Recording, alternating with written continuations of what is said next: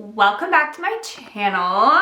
Video number 2, we're doing mega awesome. I'm gonna give you a disclaimer right at the beginning of this video. My son is watching an Ice Age movie in the other room, so if you can hear it, I'm a mother. That's just what we're dealing with right now. Also, another disclaimer, I'm editing my first video right now, and I do recognize that there is like the sound of the lens autofocusing, and it's kind of distracting. At least it was a little bit distracting for me. I'm working on upgrading my tech. Eventually I'll have like a microphone. I'll get everything sorted out. So in the meantime, just bear with me. Today I wanted to go over my pop culture predictions for 2025. I'm so excited to bring these to you. As someone who lived through 2014, spoiler alert, I think 2014 is coming back. I filmed this video or something similar to this video and I put it on TikTok.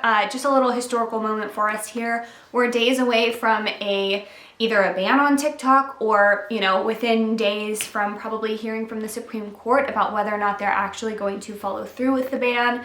I have just been pretending like it doesn't exist, and I'll just see what happens when it happens. It feels like maybe it'll get pushed off, maybe it won't. I have no idea, but I am diversifying my social media platforms. So we're doing a video that's the same thing that I filmed on TikTok for YouTube because I can't let that video disappear. I want to see if I'm right at the end of the year, and I'm really crossing my fingers that I am. Without further ado, let's jump into my pop culture predictions for 2025.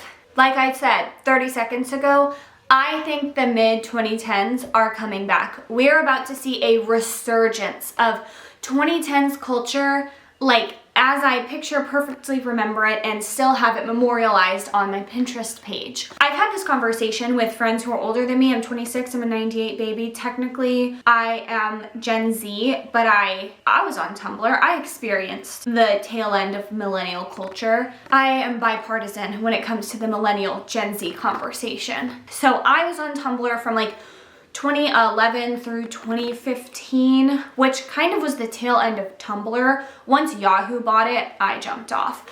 But I think that generally the culture that we saw on Tumblr and just in the zeitgeist in the 2010s is totally coming back. I've been talking to some friends who are a little bit older than me, like fully into the millennial sphere, and they think that it's more like 2008 through 2014. I didn't really have a life until I started middle school, which I think was in 2010 or in the beginning of the 2010s. I started middle school. I found Tumblr. I was deeply entrenched in fandom culture on Tumblr, but obviously I was seeing the grunge stuff. I was seeing the boho stuff. I was seeing the fashion inspiration. I was seeing the eating disorder content. And frankly, we've already had a resurgence of eating disorder content on TikTok, so I prefer if the fun stuff kind of came with as well. We don't just have to take the ED content. We can have it all, in fact. I'm on top of it this time. I'm an adult this time. I can fully participate. My very Christian parents won't tell me that I can't and ask me to delete my Tumblr multiple times. I was determined to be with it. But I didn't get into Twitter until like high school. I kind of traded Tumblr for Twitter, and now I'm on neither. But I would totally go back to Tumblr, which is why my next prediction is that there's going to be a Tumblr renaissance. And maybe it won't be exactly Tumblr coming back, but I think some new text-based but still multimedia platform is going to come back, especially if TikTok gets kicked out. In the same vein, I think that new platform potentially could be Substack. And even if it's not Substack that takes the cake as the like multimedia platform, I do think that Substack is rapidly gaining popularity, and we're going to see it continue to gain traction and popularity in the mainstream sphere as the year progresses. I've seen a lot of people moving over there, a lot of people recommending it, a lot of people writing on it, a lot of people calling themselves Substackers versus like essayists or journalists or writers. It's kind of creating its own thing, which I find super cool. I love Substack, and I am kind of committing to diving into it a little bit deeper over this next year. Along with that 2010s influence obviously comes some album ideas that I have for my good friend Ed Sheeran. Here's the idea: make something good, please. Most of these predictions are piggybacking off of the 2010s influence that I predict will seep into our culture over the next year and the next several years, honestly. I do think that Ed Sheeran is going to drop a new album, and it is going to be very good. I think we're going to see the resurgence of Plus Ed Sheeran, like his debut album, and even his second album, and I'm a strong believer that there's a lot of good songs on his third album. I think Divide was good, but that album got overshadowed by Shape of You, and that's why people don't like it. Maybe that's a hot take for my Ed Sheeran heads out there, but I stand by it. I know the words to every single song. I think he's gonna come back with something that just knocks our socks off. At least I am speaking it into existence. I need that.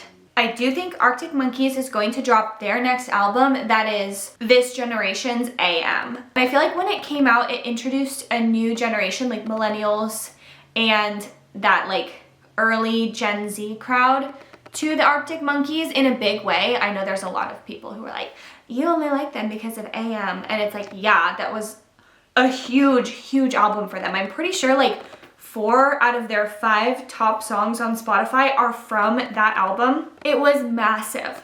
So I'm predicting their next AM to introduce this generation to Arctic Monkeys, and then I'll be the person saying, you only like them because of their new album. I was listening to them back in my Tumblr days, and now like that album introduced me to their entire discography, and now I listen to a ton of their songs all the time. I would really love to hear some more stuff from them. Their last album, I feel like, did not make a splash whatsoever, and it was in 2022. So they are well overdue for a new album that is incredible. This next one, I have little foundation for it, just a really strong feeling that it will come to fruition. Galaxy print leggings. I think we're gonna see it. I don't know that they'll be incredibly popular.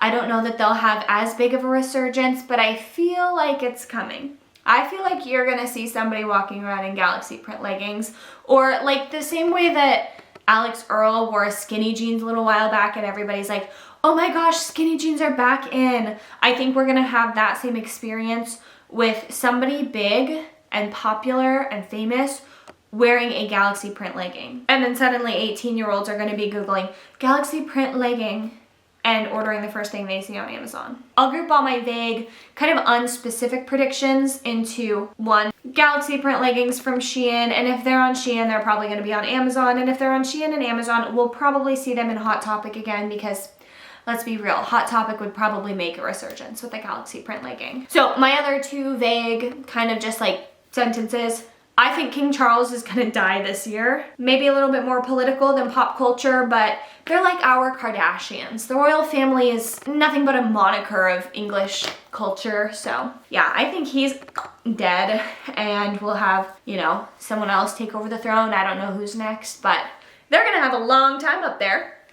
Because King Charles literally already looks like he's dead. I also think there will be news with Justin Bieber, something that makes headlines, something that, you know, everybody hears about. I really don't know. I just feel like I haven't heard about Justin Bieber lately, and I think we're gonna hear about him. Following that up, in 2025, I'm anticipating an evangelical Christian scandal that makes it to secular news. I'm thinking like Hillsong and Carl Wentz, like that level of scandal. Something is boiling in the underbelly of American Christianity, and it is going to come to the surface this year. I'm excited to hear what it is. For those of you who don't know, I grew up Christian, and so I feel like maybe a little bit of vindication every time I see something crazy happening in the Christian church that makes a secular headline, because I'm like, I've known about that. I don't know about anything right now, but like, I want the world to see. And it's always entertaining. I feel like the mega churches have been pretty quiet lately. Nothing crazy has happened. And I know that there is crazy stuff happening. It's not like they just like reformed themselves and went on their merry way. Like something has to be there. Maybe that's where our Justin Bieber news comes in. He joins a new church. And then that pastor cheats on his wife. I'm kidding. I hope Justin Bieber is not involved in the evangelical scandal. My last 2, again, hark back to that 2010s era. The first with the nicotine craze in the form of vapes and jewels and pods and the little ugly sticks that people carry around that make you look like a toddler with a baba. I think that cigarettes are going to be cool. I think that 2025 is the year that we see nicotine culture turn on its head, and people who vape or do anything equivalent to vaping, they're like weird and dumb and stupid, and it's like uncouth to be vaping because you look dumb. Oh, you have a cotton candy nicotine, you can't handle it straight from the cig. I am not condoning cigarette smoking. I know how bad it is for you.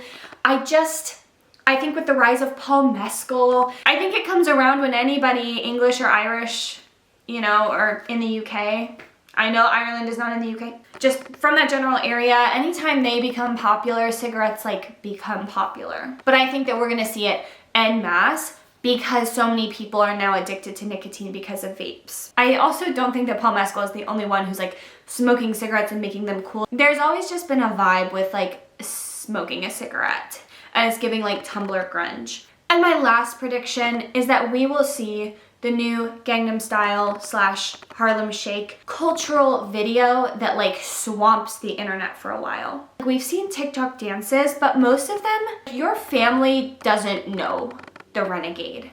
They can't participate in the Renegade. I know that's a really old one, but like that's the last really big one that I feel like everybody was doing. So I think it'll kind of be a twofold thing. If TikTok is banned, I think our trends won't move as fast, which will give a group style dance room to get a foothold, and more people will know about it. I think there's gonna be a dance that like your parents and teachers and maybe even some of your grandparents will like hear about. A la planking, a la Gangnam Style, a la Harlem Shake.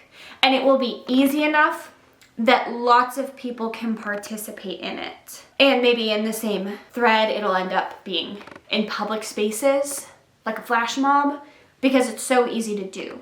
Or like, I saw a Harlem Shake video on my TikTok feed in the end of 2024, like 2 months ago.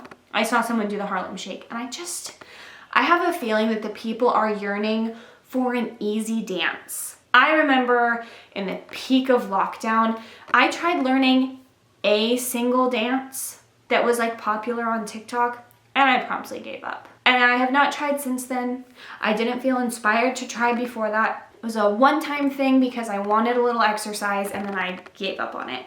So I think it's time. Society needs a group dance. That is by no means a comprehensive list of everything that I think will happen in 2025. Surely more will happen, but that's kind of just the fun, jovial, lighthearted stuff. A little bit of pop culture, really within my niche of being an ex-Tumblr user. I feel it on the air. The air feels like 2014. The boho style coming back. I think grunge is coming back. I have my finger on the pulse. I'll link all my social media down below if you want to follow me elsewhere, and stick around for my next video, which is going to be my baby names that I love but I'm not using. And feel free to subscribe. Again, I'm so excited to be here on YouTube. I'm just like biting the bullet and doing it, and I will see you in my next video. All right, bye.